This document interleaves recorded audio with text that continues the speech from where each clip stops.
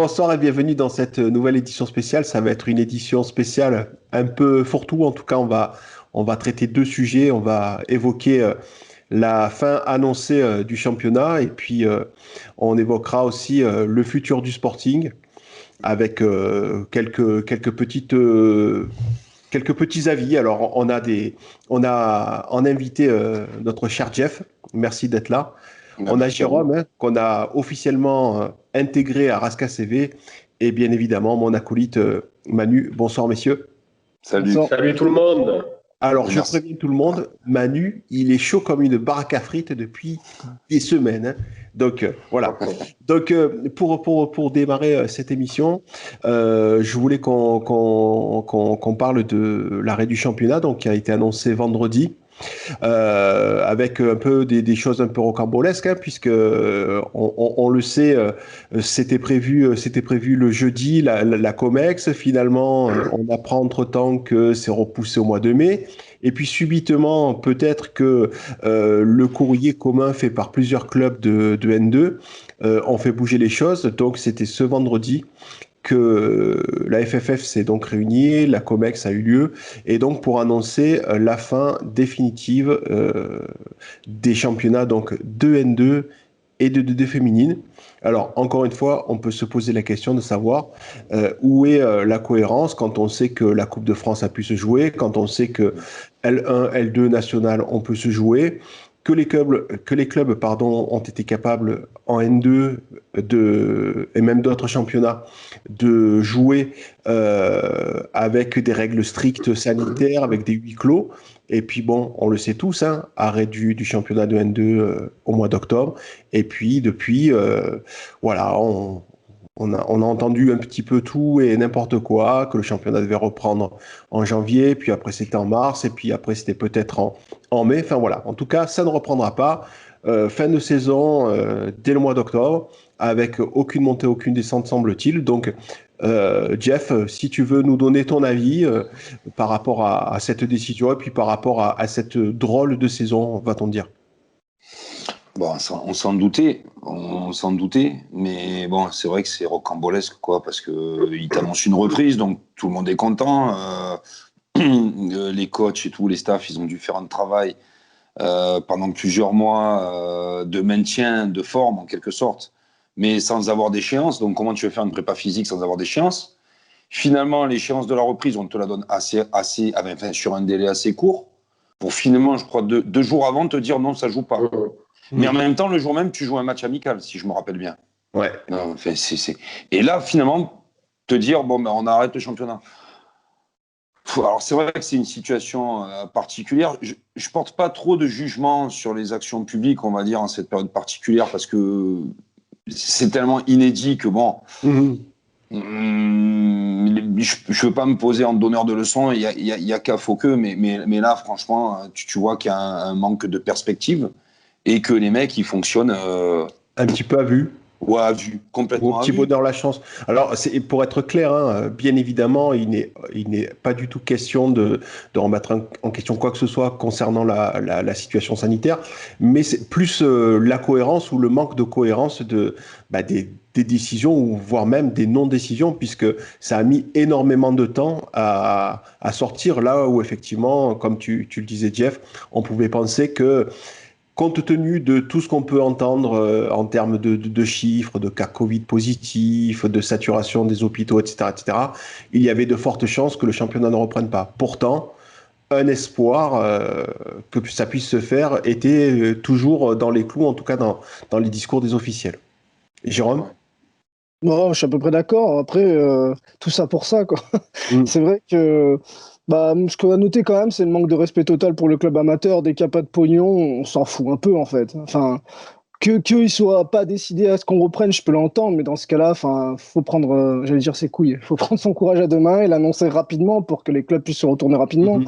Parce qu'en plus, a priori, les clubs ont reçu une lettre de la DNCG comme quoi ils allaient être intraitables, etc. Tu vois. Mm. Et pourtant, on leur a pas permis justement de gérer la crise de manière sereine. Tous les jours, on leur annonçait peut-être une reprise, peut-être pas.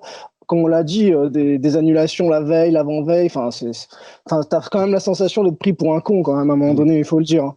Donc je sais pas. Enfin moi aussi j'ai pas envie de te faire donner le leçon, mais à un moment donné prendre une décision en amont, en amont et s'y tenir, c'est pas non plus incroyable, tu vois ce que je veux dire. Donc, Ouais, voilà, d'autant que derrière cette annulation, il y a quand même une réalité qui est la réalité des joueurs, qui est la réalité des coachs, qui est la réalité des dirigeants qui mettent de l'argent, des sponsors. Enfin, il y a quand même... oui, il n'y a pas d'argent généré tel que peuvent le générer la Coupe de France ou les championnats pro, mais en tout cas, il y a quand même une réalité économique aussi pour les clubs amateurs, que ce soit de la N2, N3, R1, D2 féminine, etc., etc.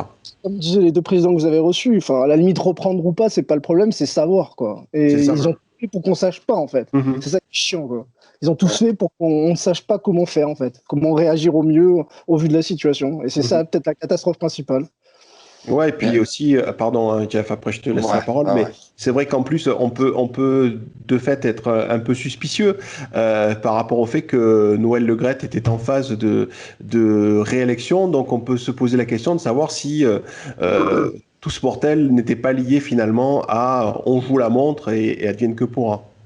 Donc Jeff, pardon, je t'ai coupé. Oui, ouais, non, c'est pas grave. Je voulais rebondir sur un truc qu'a dit Jérôme.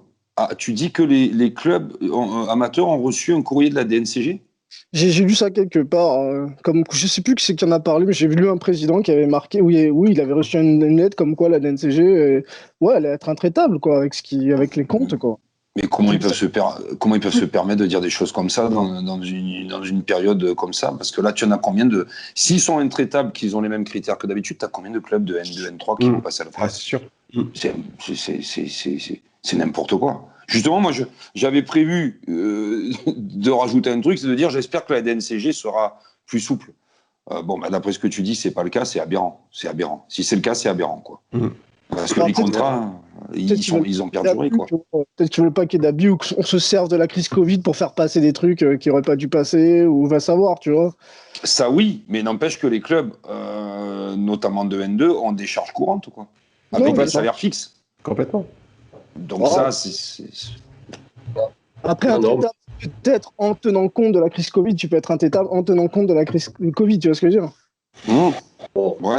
Mais c'est sûr que c'est mal placé d'en parler maintenant, etc. Ça, c'est clair. Magnifique.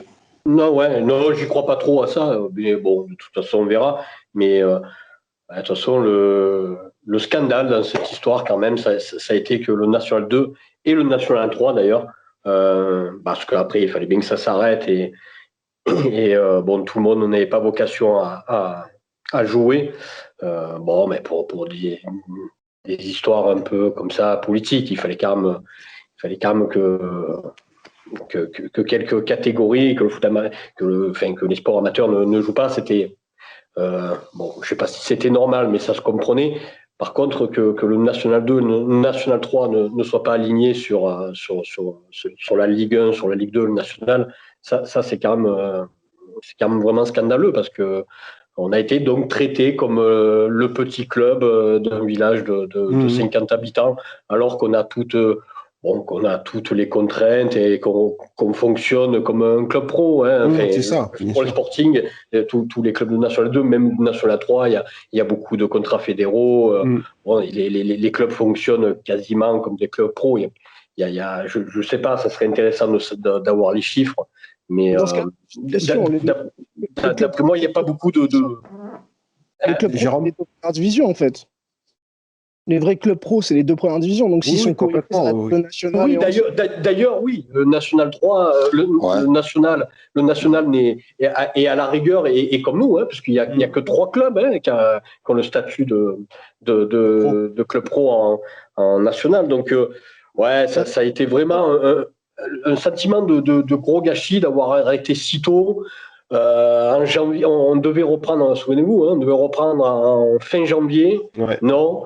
Et le pire, hein, on te dit bon, allez, c'est bon, finalement, on va reprendre. Il y a eu des matchs en retard qui ont eu lieu. Il y a notamment dans notre pool, il y a eu un certain Grasse Jura Sud. Et puis Et puis à une semaine de reprendre, non, quoi. Enfin, c'est terrible. Et toujours pareil. Et puis donc on reprend pas et on te laisse encore dans l'expectative, dans le doute. Bon, ça a été une gestion calamiteuse. Alors faut savoir qu'on a invité, j'ai envoyé un petit mail à Eric Borghini de la FFF, le district de Méditerranée. Oui. Bon, fin mars, on attendait, j'ai relancé. Et puis, bon, finalement, j'ai eu une réponse trop tard. Bon, a priori, il fallait que je passe au-dessus pour avoir quelqu'un parce que, bon, il n'était pas habilité, a priori, à nous répondre. Alors que je trouve que c'était quand même plutôt son rôle, hein, puisque c'est quand même, il a été élu et bon, ils ont des comptes un peu à rendre, hein, ces gens-là, donc dommage, mais peut-être qu'on aura. Bon, après j'ai laissé tomber parce que là c'est quand on a eu l'info que le championnat ne reprenait pas, bon, c'était plus trop la peine. Bon, à l'occasion, on essaiera d'avoir quelqu'un pour qu'il nous réponde parce que cette année, au-delà de tout, on a bien vu que voilà, cette reprise aurait pu être possible. Et puis, voilà, 9 matchs dans l'année, vraiment un sentiment d'abandon. La FFF qui ne gère que les clubs pro, qui ne regarde que l'équipe de France. Et ce sentiment. Enfin, en ce moment, là, entre ça, la Ligue européenne du président du Real, des clubs italiens et anglais, tout ça, on voit que ce foot-là, hein, moi, ça fait bien longtemps qu'il ne m'intéresse plus. Et moi, je commence vraiment à me détacher fortement de tout ce qui est professionnel. Ouais. Et puis, juste un truc, en parallèle, ils te font jouer la Coupe de France en plus. Oui, non, mais on n'est plus à une anomalie près, quoi. Hein. À une aberration, oui, c'est ça. Aberration. D'ailleurs, au passage, juste un truc, respect aux 2 clubs qui sont allés en quart et en demi. Bien sûr. Parce que sans compétition, sans rien. Canet, ouais, bien sûr. Franchement, respect. Et d'ailleurs, un grand. Passe un bonjour à Fatsa Amgar, qui est en demi-finale. Il va rencontrer Monaco. C'est magnifique. Hein, et puis là, autant vous dire que je suis à 6000%, évidemment, hein, pour ce club-là. C'est le petit. Ça fait pas grand-chose, mais c'est un petit rayon de soleil. C'est vrai que c'est. Et alors, petit satisfecit, hein, de notre part. On n'a pas l'habitude de se congratuler pour rien, mais. Voilà, on fait ça, on l'invite en décembre et puis regardez, quelques mois plus tard, il est en demi-finale de Coupe de France. Rascast a eu le nez creux. Hein. Et il a intérêt de se qualifier parce qu'il a dit qu'il nous invitait au Stade de France. Hein, oui. Donc, faites ça, on compte sur toi. Hein. Non, mais c'est vrai. Au-delà de ça, c'est vrai que. C'est vrai qu'on a tous plutôt tendance à être toujours pour le petit poussé, notamment en Coupe de France. Hein, mais c'est vrai que moi, personnellement, compte tenu des circonstances et du mépris, parce que j'appelle ça du mépris, c'est plus que du déni du monde amateur, je trouve que symboliquement, c'est très très beau qu'un club de N2 parvienne à se hisser jusqu'en National 2, un club de National 2, parvienne à se hisser jusqu'en demi-finale de la Coupe de France. Donc symboliquement, je trouve que c'est un joli clin d'œil par rapport à tout ce merdier qu'on a pu vivre cette saison. C'est un sacré exploit, c'est clair.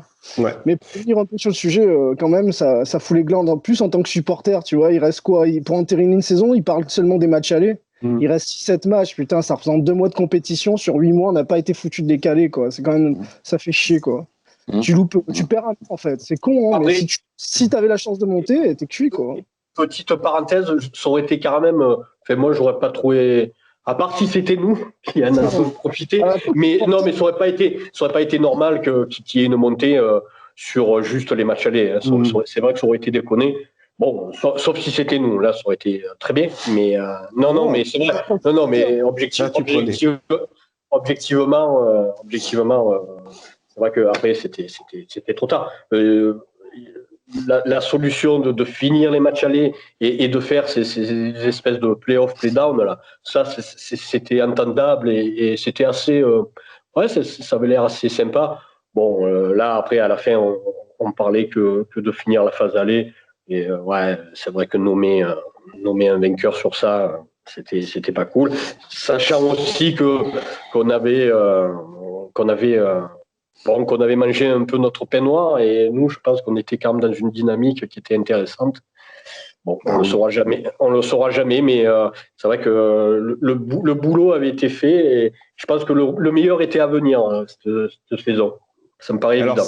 C'est bien que tu dis ça, puisque ça va nous permettre de basculer sur le second sujet qui donc concerne la future saison du Sporting, hein, qui, on le souhaite, a dû commencer à se préparer depuis bien longtemps, et peut-être encore plus depuis l'arrivée du trio Tigana, Bettoni, Damiano. Donc, je vous le dis, Manu est chaud bouillant. Donc, ça va être intéressant, mais d'avoir un petit peu le ressenti de chacun, et notamment de Jeff qui nous disait en off que tu peux le dire, hein, toi, tu vois d'un bon œil tout ce qui pourrait apporter un plus au Sporting. Ah oui, clairement. Clairement. Alors, je veux pas juger a priori, parce que c'est le travail effectué qui sera jugé. Mais moi, je pars d'un constat simple, trivial en fait. Vu dans l'état où on était, disons, parce que là on est quand même un peu mieux que l'année dernière grâce au travail du staff, principalement. Je vois pas comment on pourrait cracher, entre guillemets, c'est une image, sur des mecs qui ont bossé dans des clubs très renommés, qui ont un passé qui parle pour eux. Je vois pas comment on peut, a priori, être contre. Voilà, c'est ça. Alors Tigana, c'est vrai que moi, en plus, j'ai une image de quand j'étais minot, comme vous, on a à peu près le même âge. M'a fait rêver contre le Portugal en 84, contre le Brésil en 86, etc. Et de ce que je lis, moi, dans le monde du foot, ça a l'air d'être un mec assez droit et honnête. De ce que j'entends, de ce que je lis. D'accord ? Bon. Donc, je ne vois pas comment on peut avoir un a priori négatif. Si ce n'est, mettons les choses à plat carrément, et je comprends les craintes, si ce n'est qu'il y aurait en gros un conflit d'intérêts par rapport au centre de formation, ou alors je ne sais plus pas comment on appelle ça exactement, l'académie de foot, l'académie en Guinée-Conakry, c'est ça ? Bon. Oui. Ok. Mais à ce moment-là, on aurait dû faire le même procès d'intention à Courbis à l'époque. Et je suis bien placé pour en parler, puisque moi, je ne suis pas du tout un pro-Courbis. Hein. Je n'estime pas que Courbis a rendu tant de bien que ça au Sporting.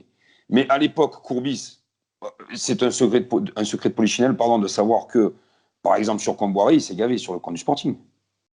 D'accord ? Comboiré, il arrive gratuit, il reste 4 mois, il se barre au PSG. L'agent, c'était Courbis, ou l'intermédiaire, ou appelez ça comme vous voulez. Bon, on l'a vécu, ça. Avec Courbis, il y avait un conflit d'intérêt réel. Et pourtant, Courbis, il a une image, je pense être minoritaire, quand moi, j'ai une image pas très positive de Courbis. Donc, pourquoi on reprocherait ça à Tigana ? Il a une école de foot, il fait venir quelques mecs, ok, pour les faire connaître, et au passage, gratter des coms s'il signe dans un club pro. Mais au passage, nous, ce mec-là, 1 an, 2 ans, 3 ans, s'il est performant, il nous aura servi au passage à nous. Oui ou non ? Oui. Jusque-là, oui. Nous n'en sommes pas là. Non, ok. Moi, voilà, je vous explique juste pourquoi j'ai un a priori positif. Non, mais bien sûr. Voilà. Moi, je suis modéré comme toi. Je suis assez modéré comme toi. Je pense qu'on juge les compétences et la crédibilité d'un projet sur les résultats et sur rien d'autre, en fait. Donc, si les résultats suivent, comment tu pourras, même tous les côtés négatifs qu'ils peuvent avoir, comment tu pourras les montrer du doigt si tu montes en Ligue 2, quoi. Tu vois ce que je veux dire, à un moment donné ? Je suis d'accord avec toi, Jérôme. Le seul truc, si tu veux, c'est que mon ressenti, mais je sais que c'est aussi celui de Manu parce qu'on en discute, c'est que c'est ce sentiment que la majorité des supporters donnent un blanc-seing à Tigana. Comme toi, Jeff, bien évidemment, j'ai vécu 84, j'ai vécu 86, j'ai vécu 82. Donc, Tigana, pour moi, c'est une idole. Mais au-delà de ça, Voilà, moi je veux bien entendre qu'il a eu une révélation sur son lit d'hôpital alors qu'il avait la Covid, pas de problème. Cela dit, moi je suis d'accord aussi avec Jérôme. Effectivement, si le gars il te fait monter en Ligue 2, bah, il aura fait le job. Mais ce que je voudrais pas, et ça me permet de rebondir sur ce que Jeff a dit et ce que disait aussi un petit peu en substance Manu, c'est que il y a quand même un staff qui a fait le job dans des conditions très très particulières, bien plus difficiles que ce que les gens peuvent savoir ou connaître. Et je voudrais pas que d'un revers de main, tout le travail qui a été fait, pardon, je finis, avec ces joueurs, avec ce staff et avec les joueurs, soit balayé comme ça, quoi. C'est tout. Juste un truc. Moi, c'est pas parce que je suis favorable à l'arrivée de Tigana et des deux autres que je trouverais pas scandaleux que tous les membres du staff ne soient pas reconduits. Attention, hein, qu'on soit clair.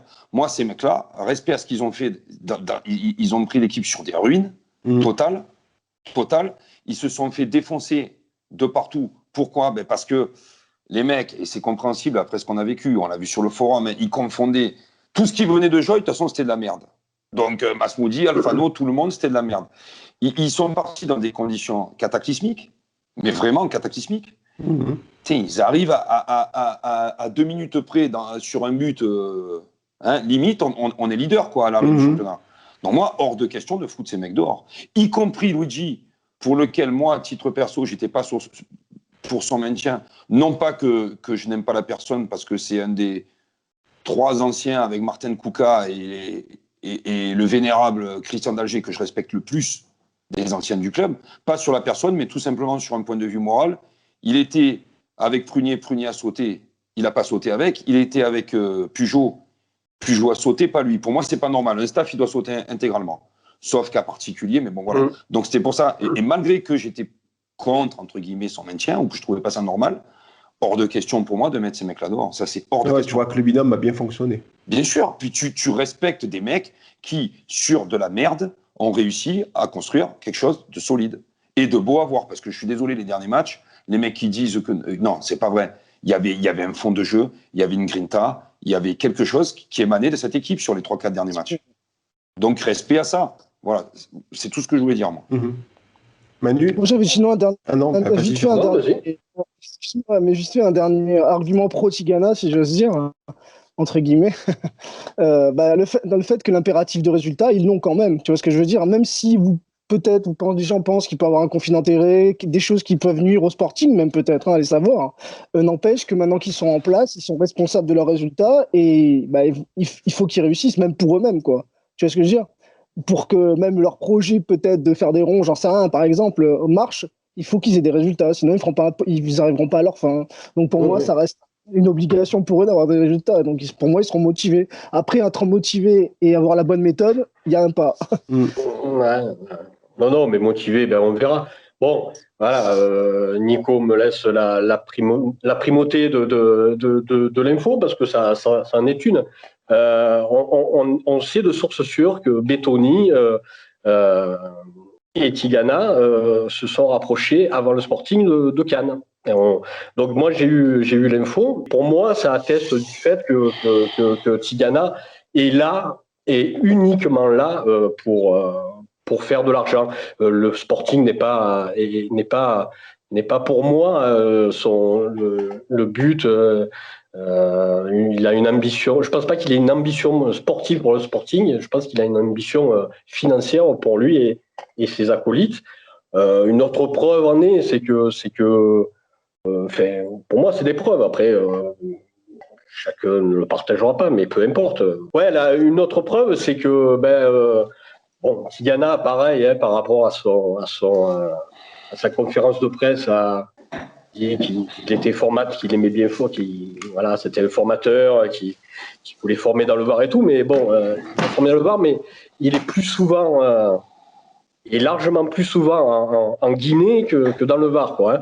Quand c'est pas lui qui y est, c'est Bettoni, quand c'est pas Bettoni, ou quand ils y sont pas tous les deux ensemble. Donc voilà, je suis très dubitatif sur ça. Et puis bon, de toute façon, les semaines à venir vont nous apporter des réponses sur ce qu'il compte faire et tout. Et puis pareil, ce qui m'agace un peu chez lui, c'est que bon, quand il a fait sa conférence de presse, il s'est empressé de dire profitez-en bien parce que vous ne me verrez pas souvent. Bon, mais ça fait partie de son job, un minimum de communication. Donc s'il n'a pas envie de communiquer, quand tu veux pas avoir affaire aux médias, etc., tu vas pas dans le football. Moi, je suis peintre en bâtiment. Il y a personne qui m'embête. Je suis pas embêté par les médias, moi, sur les chantiers. Donc voilà, il y a plein de choses comme ça qui m'agacent et après voilà, après c'est des éléments. Bon, je vais pas dire son nom, mais quand un très proche de la tête du club te dit lors d'un entraînement que Tigana va vouloir mettre, je prends son terme, une pointure, va vouloir mettre une pointure en coach. Bon, voilà, c'est là que je me dis, Tigana, voilà, il la joue pas collectif, il passe déjà qu'à virer tout le monde et à mettre ses pions. Ou quand j'apprends, c'est toi Nico qui me balance la photo de Tigana pour le dernier match qu'on fait à Marignane. Le dernier match qu'on fait à Marignane, un match amical, qui n'avait pas lieu d'être, mais qu'ils ont tenu à faire le club. Bon, ils ont eu raison, ils ont tellement peu joué de foot. Et puis, c'est Marignane qui avait pris Tigana en photo. Il est venu pour le match. Et pareil, lors de l'entraînement, j'ai demandé alors à Tigana qu'est-ce qu'il a pensé du match et tout. Et puis, on m'a répondu non, mais il est pas venu après le match. C'est-à-dire, il est venu au match, il a regardé l'équipe, mais il n'est pas allé voir après le match, voir le staff et les joueurs. C'est pareil, c'est un concept. Donc, ouais, il y a beaucoup d'éléments comme ça qui me font sentir je suis un truc pas bonnard, mais pour le moment, on peut me répondre que, à juste titre, que pour le moment, il n'y a rien de grave, il y a pas de mal, mais n'empêche que voilà, j'ai un mauvais a priori.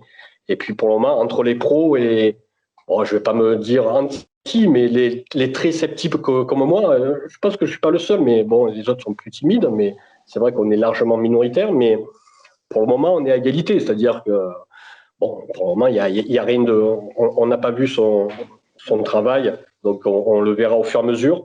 Mais je tenais à dire que voilà, il y a des éléments qui me paraissent importants et l'élément de Cannes me paraît vraiment suffisamment important et parlant pour dire que on devrait au moins être un peu, je dirais, dans une forme de doute et plutôt que ce tapis rouge qu'on déballe. Mais les supporters, mais même si les supporters d'ailleurs je les comprends, c'est normal, on est tellement, tout le monde est désabusé, donc en fait voilà, c'est pour ça que tout passe crème, parce que pareil, je veux pas je veux pas faire de le cheveu une tresse, mais la tribune qui signe Tigana, dans d'autres circonstances, il signe pour le Sporting, il signe un truc et dans le même temps, il signe un truc pour le problème. On peut me dire ce qu'on veut, je ne veux pas en faire de montagne, mais c'est une faute. C'est tout ce que je dis. D'ailleurs, la personne qui m'a dit que Tigana voulait mettre une pointure, il me l'a avoué aussi. Donc, même à l'intérieur du club. Donc, voilà, c'est une faute. Alors, voilà. Mais on voit bien que tout passe crème pour lui, tant mieux. Mais voilà, on va voir maintenant un peu ce qui va se passer. Il y a plusieurs choses dans ce que tu dis. Moi, honnêtement, si Tigana il réussit, tant mieux. Moi, ce que je souhaite, c'est que... C'est tout ce qu'on souhaite. Bien sûr, ce que je souhaite, c'est surtout que les choses se fassent proprement. Au-delà de ça, si je me fais entre guillemets un peu l'avocat du diable, on peut se dire que Tigana, il arrive sur un projet neuf, puisque ce serait un projet neuf, ce serait le sien et celui de son équipe. N'est-il pas normal qu'il veuille mettre ses hommes en place? Voilà, tu vois, il y a de ça. Moi, ce qui m'interpelle le plus dans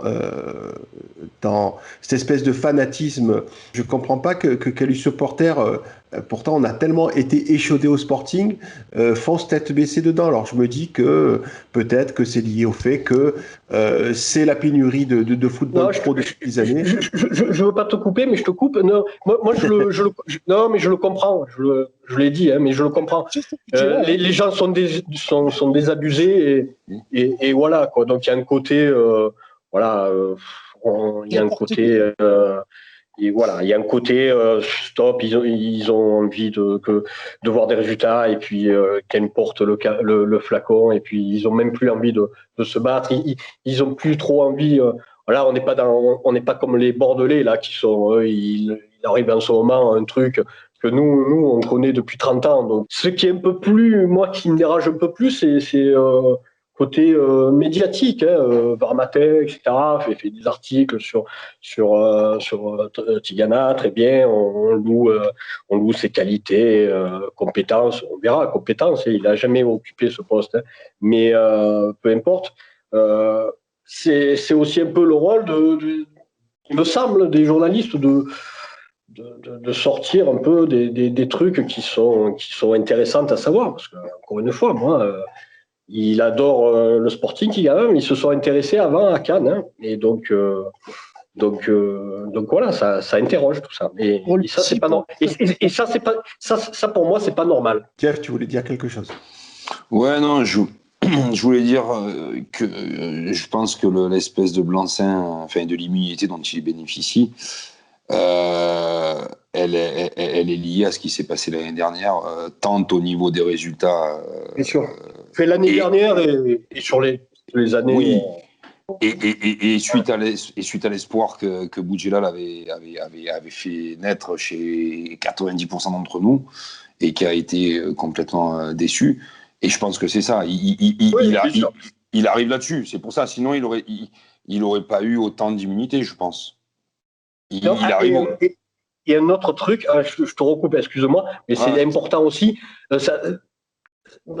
Comment dire, sa prise de fonction, comment elle arrive aussi, il passe par le maire avant. Ça aussi, je trouve que c'est des signes où en fait ça m'énerve quand il ne s'est pas présenté directement à Joy. Peut-être échaudé d'avoir été reboulé, parce qu'a priori ils se sont fait rebouler, et par le maire de Cannes, et par madame, comment c'est déjà c'est Fourcade, Courtade. Annie Courtade, je crois, ouais. Qui a rebombé, ça va te plaire, Jeff, qui avait rebombé a priori Mourad, qui a rebombé Bétoni et donc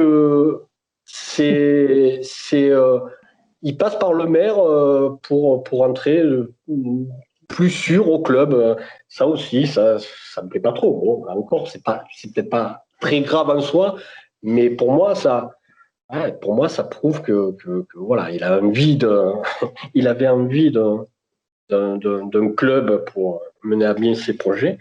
Bon, voilà, le Sporting, mais il a pas fait par la manière la plus chevaleresque, quoi. Après avoir le soutien du maire, c'est quand même quelque chose d'important, hein. On le sait tous, hein. On voit très bien l'accointance du maire avec le RCT, par exemple. Voilà.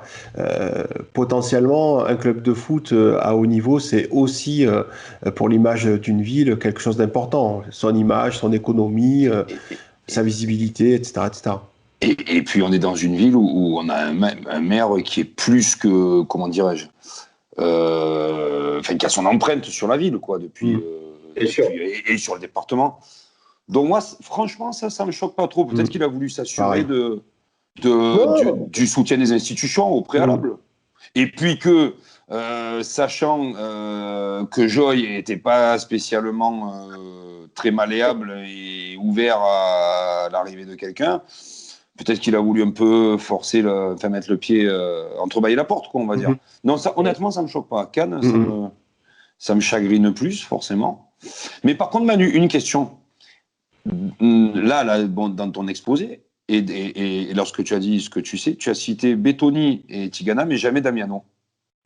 Ouais, parce que Damiano, c'est pas des trois, c'est pas celui.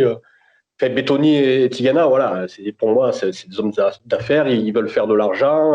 C'est Bétoni et Tigana qui vont en Guinée, qui ont des antennes là-bas, qui ont leur académie. voilà, c'est pas Damiano. Damiano, pour moi, il sert un peu de caution. Pour moi, des trois, c'est la personne la plus intéressante, je dirais. Oui,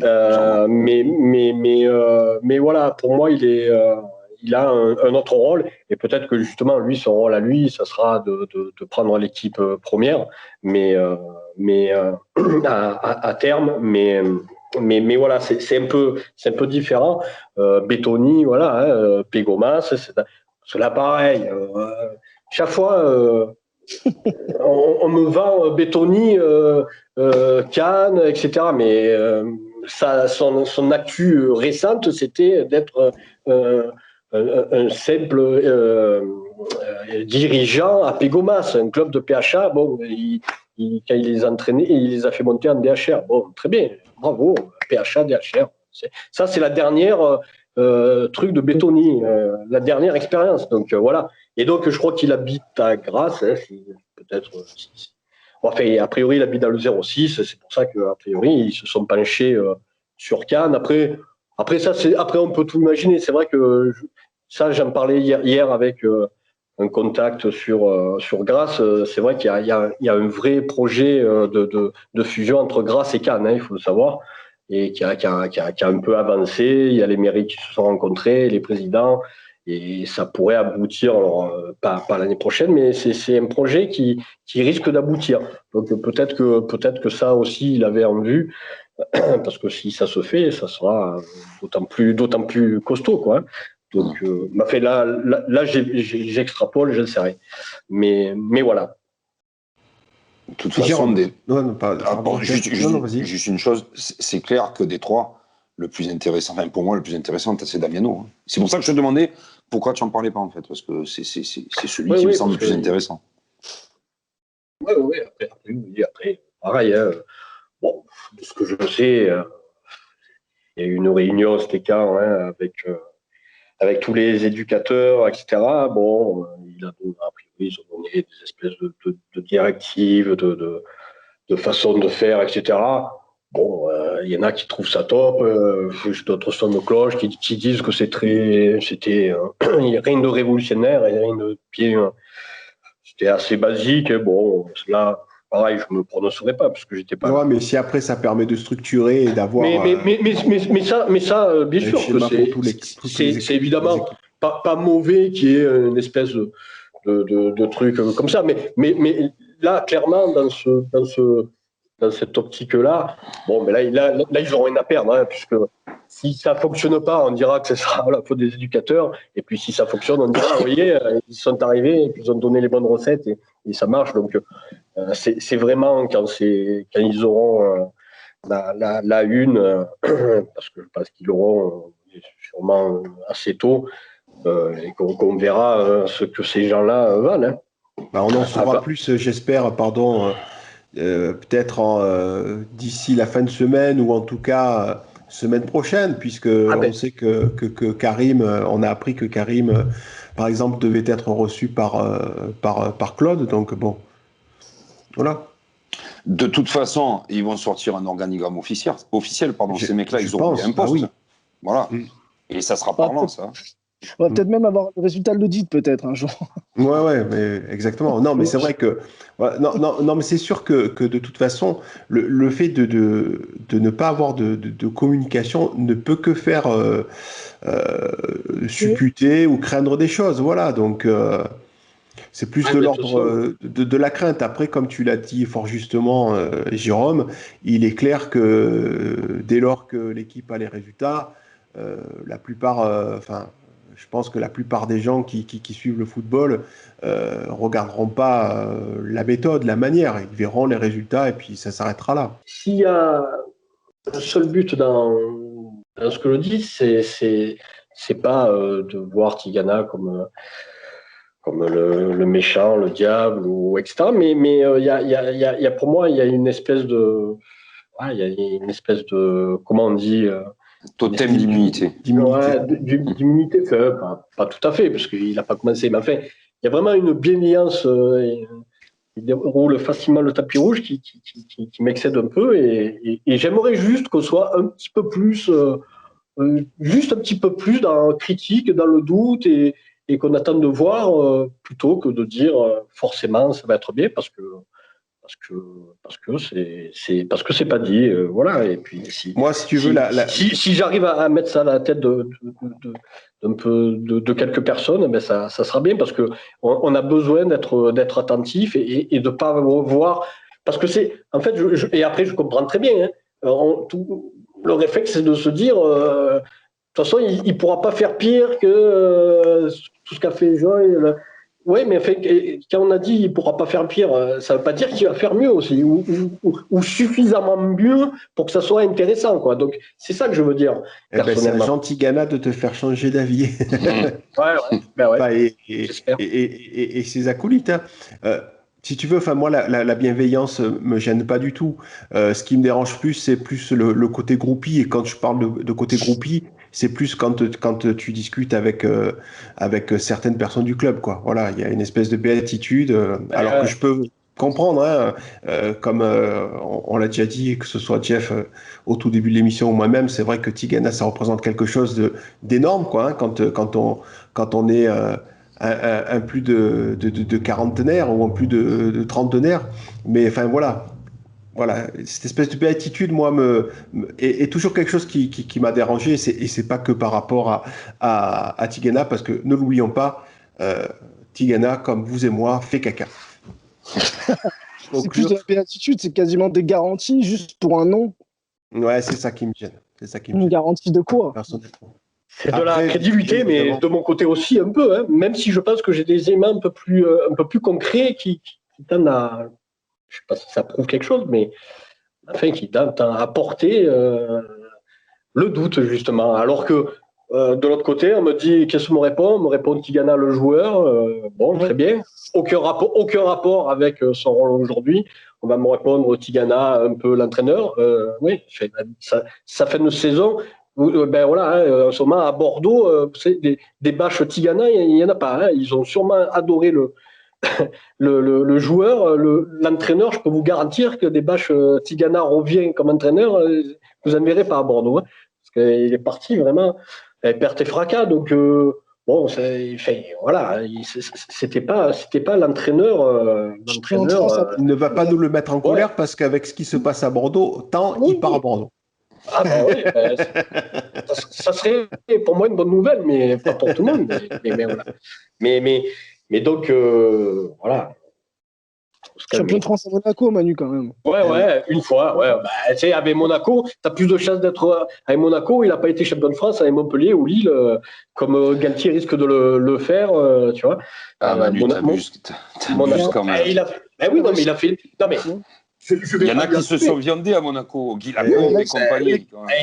Il a été champion une fois dans sa vie, ben c'est bien. Il y en a qui le sont zéro.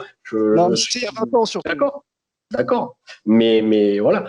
Mais de toute façon, quoi qu'il ait fait, Monaco, donc combien 24 ans 24. De toute façon, c'est pas le passé de quelqu'un qui fait qui va être bon, qui garantit ses succès futurs. Enfin, je veux dire, je peux vous en citer des pleins. Hein, regardez, pour Mikou à Cannes, hein, il n'a pas fait. Il n'a pas fait. Pourtant, Mikou, c'était plus récent. Il avait sûrement plein de réseaux.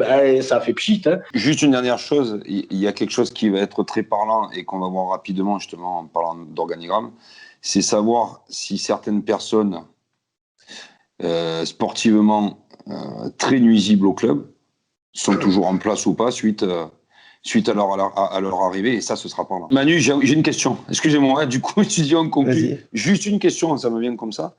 Si tu as Damiano, coach principal, assisté d'Alfano et Masmoudi, ça te va ou pas? Je sais pas, ça me paraît un peu, comment dire, hétéroclite, quoi. Hein. Je vois pas ce que ça apportera. Enfin, Damiano, le problème, c'est que dans sa vie, il n'a jamais été numéro 1. Il a été numéro 1 il y a 35 ans à Saint-Raphaël. Il a été numéro 1 15 journées, même pas une demi-saison à Nice, en Ligue 2, très bien, en 2000. Mais sinon, ça a toujours été un adjoint ou un sélectionneur. Sélectionneur, ça n'a rien à voir avec un coach d'une équipe. Hein. Je dis pas que c'est mieux ou moins bien, c'est un autre boulot. Un sélectionneur, quand il avait les jeunes, ça n'a rien à voir avec gérer un club au jour le jour. Et être un adjoint, ça n'a rien à voir avec être coach. Donc tu peux être très bon adjoint et vouloir être coach. Bon, ben lui, il a 71 ans, il a quasiment été que adjoint. A priori, pour moi, ça serait mais pareil, il faudra voir sur place. Mais si ça devait être lui, là on extrapole, on est peut-être allé trop loin, mais je sais pas, j'en sais rien. Mais si ça devait être lui qui devait prendre les rênes, je pense que ça serait un mauvais choix parce que si à 71 ans il n'a jamais été coach principal, c'est un peu, ça me paraît un peu problématique, mais bon, après, depuis ce 20K, on verra. Allez, messieurs, c'est l'heure de conclure. Merci à toutes celles et ceux qui nous ont suivis. Merci Jeff, merci Jérôme, merci Manu. Merci Jeff. Voilà, ça a été un peu chaotique. Je ne sais pas si c'est le bon terme, mais ben voilà, je vous le disais, Manu, il fallait que ça sorte. Ça y est, c'est sorti. Donc écoutez, on se revoit bientôt. En tout cas, si Tigana réussit, c'est que le Sporting réussit. À bientôt.